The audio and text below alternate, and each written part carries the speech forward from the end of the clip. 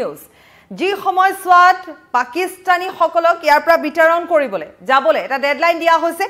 আৰু ইতিমধ্যে আমি কৈছো দিল্লী বা মহাৰাষ্ট্ৰত কিমান পাকিস্তানী আছিল কি কাৰণত আহিছিল সকলোখিনি কৈছো কিন্তু এই মুহূৰ্তৰ ব্ৰেকিং নিউজ হৈছে অসমত আছে এগৰাকী পাকিস্তানী বুৱাৰী অৰ্থাৎ অসমত পাকিস্তানৰ তেখেত এগৰাকী পাকিস্তানৰ নাগৰিক হয় আৰু তেওঁ তিনিচুকীয়াত আছে মহিলাগৰাকী বিবাহ সূত্ৰে ইয়াত বাস কৰি আছে যেটো ব্ৰেকিং আহিছে এবাৰ পঢ়ি দিছো এই সন্দৰ্ভত অসম চৰকাৰে কেন্দ্ৰীয় চৰকাৰৰ সৈতে ইতিমধ্যে যোগাযোগ কৰি আছে আজি মুখ্যমন্ত্ৰী ডক্টৰ হিমন্ত বিশ্ব শৰ্মা সংবাদ মাধ্যমৰ আগত এই কথা সদৰি কৰিছে প্ৰকৃততে তেওঁ যেহেতু ডিব্ৰুগড়ত কি কৰিব কি প্ৰজেক্ট কি আঁচনি আছে সেই সন্দৰ্ভত তেওঁ কথা কৈ থাকোতে এই কথাখিনি তেওঁ উল্লেখ কৰিছে তেওঁ পাকিস্তানৰ জিঅৰি আৰু অসমৰ বুৱাৰী গতিকে বিবাহ সূত্ৰে তেওঁ তিনিচুকীয়াত আছে আৰু এই মহিলাগৰাকী একমাত্ৰ পাকিস্তানী নাগৰিক যি অসমত আছে বুলি মুখ্যমন্ত্ৰীগৰাকী উল্লেখ কৰিছে মই চেষ্টা কৰিম এটা দীঘলীয়া ভাষ্য আছে মুখ্যমন্ত্ৰীগৰাকী গতিকে সেই দীঘলীয়া ভাষ্যৰ পৰা এই মূল কথাখিনি উলিয়াবলৈ মই কিছু চেষ্টা কৰিম যাতে আপোনালোকৰ বাবে ওলাব পাৰি গতিকে এই মুহূৰ্তত আপোনালোকক শুনাবৰ বাবে মই ব্যৱস্থা কৰি মই এবাৰ চেষ্টা কৰিছো ব্যৱস্থা নহয় ৰব তিনিচুকীয়াৰ কথা কৈ আছে বা ডিব্ৰুগড়ৰ কথা কৈ আছে গতিকে এই কথাখিনিৰ মাজতে মুখ্যমন্ত্ৰীগৰাকী She has applied for long-term visa. We have requested Government of India to clarify whether she should be sent back or not. That is the only one case. Otherwise, we don't have any Pakistani citizen in Assam. Sir,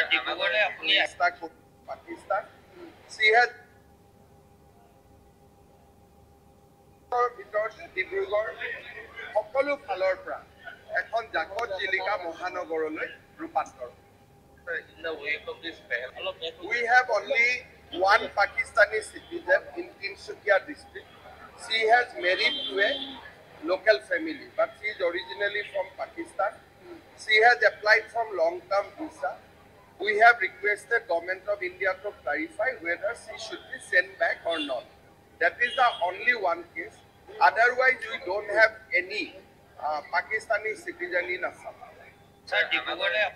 এই মুহূৰ্তত অহা খবৰ এটো গতিকে আমাৰ হাতত এইখিনি তথ্য আছে আমি সেইভাবে যেনে ধৰণে আহিছে তেনে ধৰণে ভাষ্যটো শুনাবলৈ চেষ্টা কৰিছো মুখ্যমন্ত্ৰীগৰাকীয়ে ইয়াত তিনিচুকীয়াত বা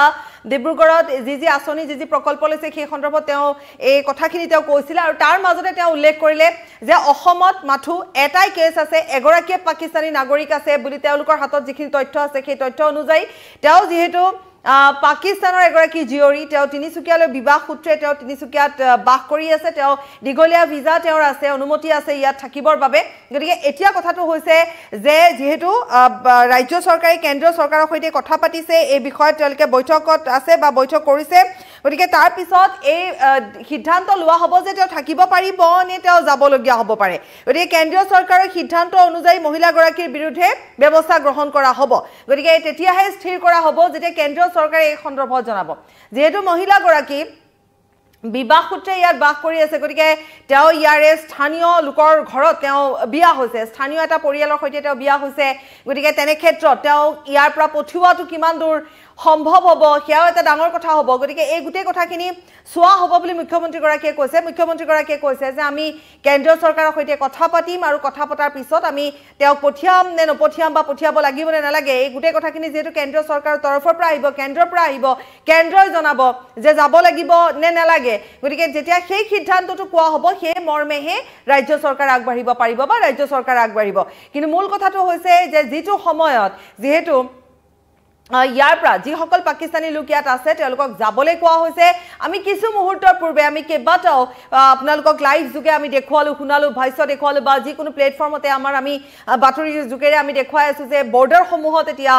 যেনে ধৰণে তেওঁলোক আহিছিলে তেনে ধৰণে তেওঁলোকে যোৱাৰ ব্যৱস্থা কৰিছে তেওঁলোকৰ ভিসা বা তেওঁলোকৰ শেষ নহলে তেনেকৈ যাবলগীয়া হৈছে তেওঁলোকে কোনোবা চিকিৎসাৰ বাবে আহিছিলে কোনোবা পৰিয়াললৈ আহিছিলে ফুৰিবলৈ আহিছিলে গতিকে তেওঁলোক আছিলে ফুৰিবলৈ অহা লোক তাৰ উপৰিও দিল্লীত 5000 ইতিমধ্যে তথ্য পোৱা গৈছে 5000তকৈ কিছু অধিক পাকিস্তানী নাগৰিক দিল্লীত আছে ঠিক তেনে ধৰণে মহাৰাষ্ট্ৰত 5500 গৰাকী পাকিস্তানৰ নাগৰিক মহাৰাষ্ট্ৰত আছে তাৰে 35 গৰাকী নিখোজ হৈ আছে এই মুহূৰ্তত নিখোজ হৈ আছে গতিকে এই নাগৰিকসমূহ তেওঁলোকে ইয়াত কেনে ধৰণে আছিলে কি কাৰণত আছিলে কি সংক্ৰান্তত আছিলে সেইবোৰ তথ্যও চোৱা হৈছে গতিকে তেনে ক্ষেত্ৰত অসমৰ একমাত্ৰ এটাই কেছ বুলি মুখ্যমন্ত্ৰীগৰাকীয়ে কৈছে যে এটো অসমৰ একমাত্ৰ কেছ অসমৰ এটাই কেছ আহিছে য'ত এগৰাকী পাকিস্তানী তেওঁ জীয়ৰী আছিলে তেওঁ বিবাহ সূত্ৰে অসমলৈ বিয়া হৈছে গতিকে অসমত তেওঁৱে আছে পাকিস্তানী বুলি মুখ্যমন্ত্ৰীগৰাকীয়ে জানিবলৈ দিছে কাগজে পত্ৰে বা যিকোনো ধৰণে যেহেতু তেওঁৱে পাকিস্তানী তেওঁৱে একমাত্ৰ পাকিস্তানী গতিকে তেওঁক এতিয়া পঠিওৱাৰ ক্ষেত্ৰত যেহেতু বিবাহ সূত্ৰে তেওঁ ইয়াত আছে আকৌ এবাৰ উল্লেখ কৰিছোঁ যে তেওঁ তিনিচুকীয়াত আছে বিবাহ সূত্ৰে আৰু ইয়াতকৈ অধিক তথ্য যেহেতু এতিয়ালৈকে চৰকাৰৰ তৰফৰ পৰাও কোৱা নাই আজি প্ৰশ্নৰ উত্তৰত পেহেলগামৰ কথা যেতিয়া সোধা হৈছিলে সেই পেহেলগামৰ কথাৰ প্ৰসংগত আচলতে মুখ্যমন্ত্ৰীগৰাকীয়ে এই কথাখিনি উল্লেখ কৰিছিলে যে ইয়াতো তেনেধৰণে নাগৰিক আছে ইয়াতো এগৰাকী নাগৰিকৰ কথা ইতিমধ্যে কোৱা হৈছে গতিকে সেই এগৰাকী নাগৰিকৰ তথ্য ইতিমধ্যে পোৱা গৈছে তেওঁ তিনিচুকীয়াত বাস কৰি আছে এগৰাকী পাকিস্তানৰ জীয়ৰী তেওঁ বিবাহ সূত্ৰে তেওঁ তিনিচুকীয়াত আছে তেওঁ তিনিচুকীয়াৰ স্থানীয় এটা পৰিয়াললৈ তেওঁ বিয়া হৈছে তাতকৈ বেছি মুখ্যমন্ত্ৰীগৰাকীয়ে এতিয়ালৈকে একো জানিবলৈ দিয়া নাই বা তাৰ সঠিক বা গোটেইখিনি তথ্য দিয়া নাই আৰু সেইটো এটা অন্য বিষয় বাৰু কাৰণ গোটেইখিনি চালিজাৰি চোৱাৰ পিছতহে হয়তো পাছত জানিব পৰা যাব গতিকে সেই সময়ছোৱাত জনাব কিন্তু এই মুহূৰ্তৰ কথাটো হৈছে যে এতিয়ালৈকে এই সন্দৰ্ভত আৰু অধিক তথ্য পোহৰলৈ নাই অহা কিন্তু বিবাহ সূত্ৰে তেওঁ তিনিচুকীয়াত বাস কৰি আছে গতিকে এতিয়া সমস্যাটো আহিছে যে তেওঁ কিমান বছৰ ধৰি তাত বাস কৰি আছে আৰু যেহেতু এনেকুৱা ধৰণৰ এটা পৰিস্থিতি আহিব বুলি কোনো কেতিয়াও ভবাও নাছিলে হঠাৎ ঘটা এটা ঘটনা গতিকে তেনে ক্ষেত্ৰত তেওঁক পঠিওৱাৰ ক্ষেত্ৰত তেওঁ যাব বা পঠিওৱা হ'বনে নহয় বা তাৰ কেনেকুৱা ধৰণে পঠোৱা হ'ব কাৰণ তেওঁ যেহেতু বিবাহ সূত্ৰে ইয়ালৈ আহিছে গতিকে ইয়াত তেওঁ যোৱাটো বা তেওঁ ইয়াত থকাটো এই গোটেই কথাখিনি এতিয়া নিৰ্ভৰ কৰিব কেন্দ্ৰ চৰকাৰৰ ওপৰত কাৰণ কেন্দ্ৰ চৰকাৰৰ এটা সিদ্ধান্তৰ ওপৰতহে গোটেই কথাখিনি এতিয়া নিৰ্ভৰ কৰিব ঠিক তেনেধৰণে আমি যদি চাওঁ তেতিয়াহ'লে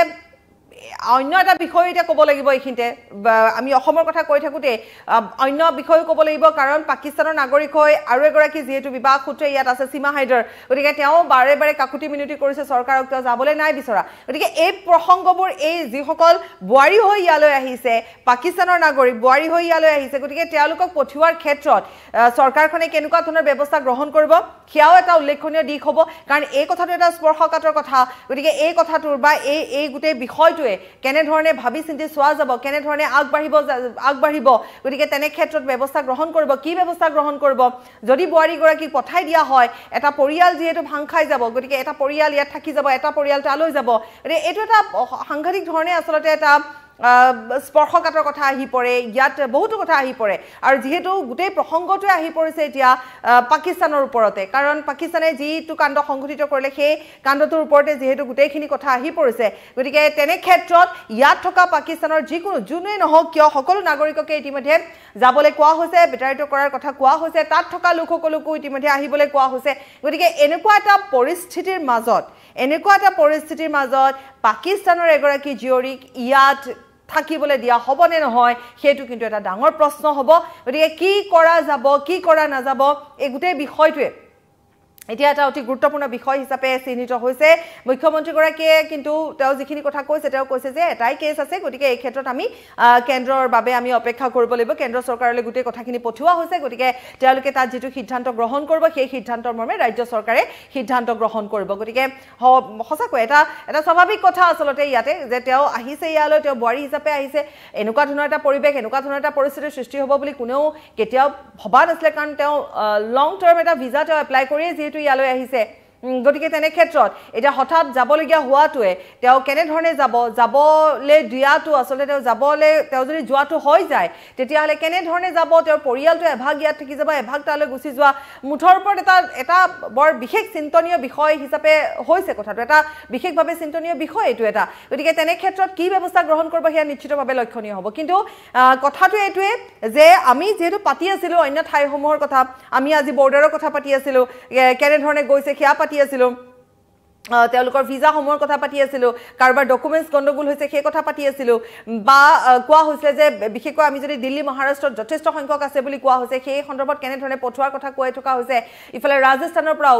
বহুখিনি পঞ্জাৱৰ পৰাও যোৱা দেখিবলৈ পোৱা গৈছে বৰ্ডাৰত এতিয়া মুঠৰ ওপৰত অহা যোৱা দেখিবলৈ পোৱা গৈছে আৰু বহুদিন ধৰি ইয়াত পাকিস্তানী পৰিয়াল আছিলোঁ বা প্ৰায় 3 মাহ ধৰিও বহুকেইটা পৰিয়াল ইয়াত আছে কাৰণ তেওঁলোক যেতিয়া ইয়ালৈ আহে এটা দীঘলীয়া সময় লৈ আহিছে গতিকে তেওঁলোক যোৱাটো বা তেওঁলোকৰ পৰিয়াল তাত আছে তেওঁলোকে ইয়াত হয়তো হয়তো মাতৃগৃহলৈ আহিছে মাতৃগৃহৰ পৰা তেওঁলোকে তাত তেওঁলোকৰ স্বামী গৃহলৈ তেওঁলোক গৈছে তেনেকুৱা কেছে আমি বেছিকৈ পাইছো কিন্তু এতিয়া এইটো যেটো অসমৰ আছে এটাই কেছ আছে তিনিচুকীয়াত আছে আৰু তেওঁ পাকিস্তানৰ জিয়ৰী অসমৰ বুৱাৰী গতিকে তেনে ক্ষেত্ৰত কি ব্যৱস্থা গ্ৰহণ কৰিব হিয়া নিশ্চিতৰ ওপৰত লক্ষণীয় হ'ব কথাটো চিন্তনীয় কথা তেওঁৰ কাৰণেও চিন্তনীয় কথা গতিকে গুটে ব্যৱস্থাটোৰ কথাও আহি পৰিছে এতিয়া বিষয়টো সঁচাকৈ এটা স্পৰ্শকাতৰ বিষয় বহু বেছি ক'ব লগাও এই বিষয়টোৰ ওপৰত কিছু সমস্যা আহি পৰে গতিকে তেনে ক্ষেত্ৰত কি কৰিব হিয়া নিৰ্ভৰ কৰিব কেন্দ্ৰ চৰকাৰৰ ওপৰত হস্তান্তৰ কৰা হৈছে বুলি মুখ্যমন্ত্ৰী গৰাকী আজি কৈছে মই আকৌ এবাৰ চেষ্টা কৰিছো মুখ্যমন্ত্ৰী গৰাকী কি কৈছিলে শুনাবৰ বাবে আকৌ কৈছো যে যেহেতু আমি গুটে ভাইছটো এডিট নাই কৰা যেনে ধৰণে আহিছে তেনে ধৰণে আমি ভাইছটো যেহেতু শুনাইছো আপোনালোকৰ কাৰণে এই মুহূৰ্তত অহা এটা খবৰ আৰু আজি যেহেতু মুখ্যমন্ত্ৰী গৰাকীয়ে ডিব্ৰুগড়ত উপস্থিত হৈ তেওঁ যিখিনি ভাষণ দি আছিল সেই সময়ছোৱাতে তেওঁ এই কথাখিনি উল্লেখ কৰিছে প্ৰকৃততে তেওঁ কি প্ৰকল্প হাতত লোৱা হ'ব সেই সন্দৰ্ভত তেওঁ কৈ আছিল আৰু তেনেকুৱাতে এই প্ৰশ্নটো আহি পৰিছিল সনোৱাল ডাঙৰীয়াই কৈছে আমি সমাধান কৰাৰ বাবে প্ৰচেষ্টা কৰি আছো 2-3 বছৰৰ ভিতৰত ডিব্ৰুগড় সকলো ফালৰ পৰা এখন জাকত জিলিকা মহানগৰলৈ ৰূপান্তৰ in the wake of this ban we have only one Pakistani citizen in Tinsukia district she has married to a local family but she is originally from Pakistan she has applied for long term visa we have requested government of India to clarify whether she should be sent back or not. That is the only one case. Otherwise, we don't have any Pakistani citizen in Assam. sir Digugor Pakistani কোনো citizen বা পাকিস্তানৰ কোনো নাগৰিক অসমত নাই এগৰাকীয়ে আছে আৰু তেওঁ বিবাহ সূত্ৰে ইয়াত আছে তেওঁ এটা পৰিয়ালৰ সৈতে যেহেতু আছে গতিকে তেওঁক পঠুৱাৰ ক্ষেত্ৰত এতিয়া কি ব্যৱস্থা কৰা হ'ব বা তেওঁ পঠুৱা হ'ব নে নহয় তেওঁ এটা লং টাৰ্ম ভিসা লৈ পেলাই ইয়াত আছে গতিকে তেওঁ পঠুৱাৰ ক্ষেত্ৰত চৰকাৰে